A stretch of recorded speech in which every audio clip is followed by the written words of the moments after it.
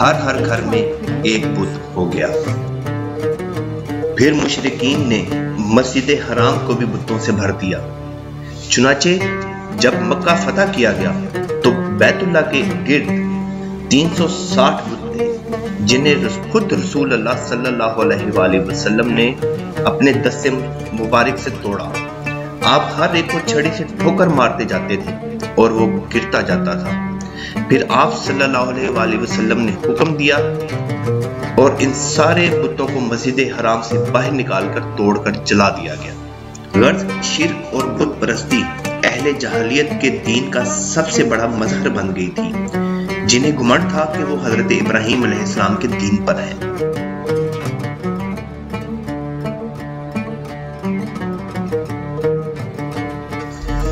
پھر اہل جاہلیت کے یہاں بت پرستی کے کچھ خاص طریقے اور مراسم بھی رائج تھے، جو زیادہ تر عمرو بن لہی کی ہی ایجاد تھی۔ اہل جاہلیت سمجھتے تھے کہ عمرو بن لہی کی یہ ایجادات دین ابراہیمی میں تبدیلی نہیں بلکہ بدعت حسنہ ہے۔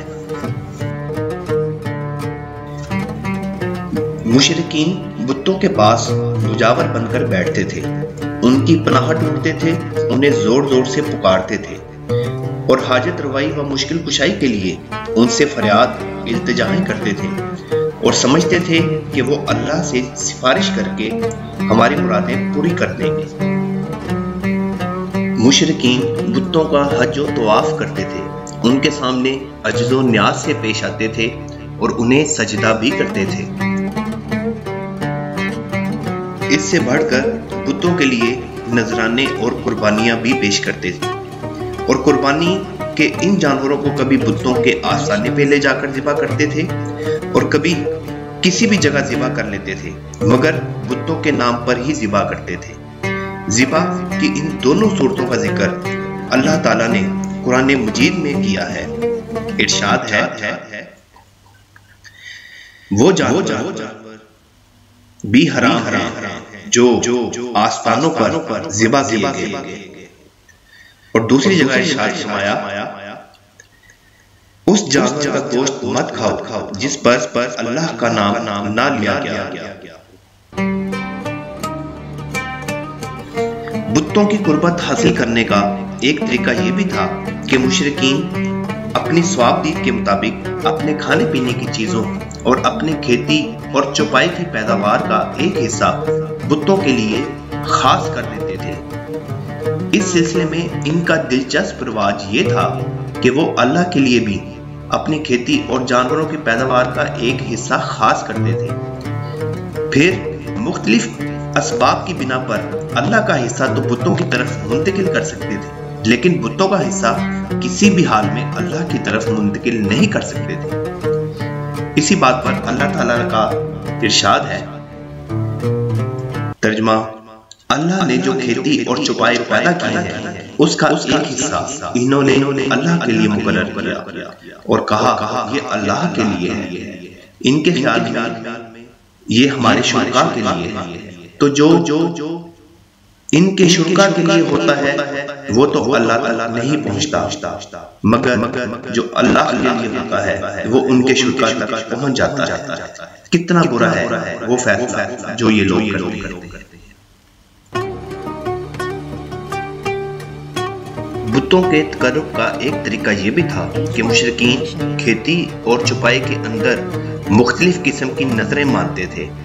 اللہ تعالیٰ کا ارشاد ہے، ترجمہ، ان مشرکین نے کہا یہ چوپائے اور کھیتیاں ممنوع ہیں، انہیں وہی کھا سکتا ہے جسے ہم چاہیں، اور یہ وہ چوپائے ہیں جن کی پیٹھ حرام کی گئی ہے، نہ ان پر سواری کی جا سکتی ہے، نہ سامان لانا جا سکتا ہے، اور کچھ چوپائے ایسے ہیں جن پر یہ لوگ اللہ کا افتراء کرتے ہوئے اللہ کا نام نہیں لیتے۔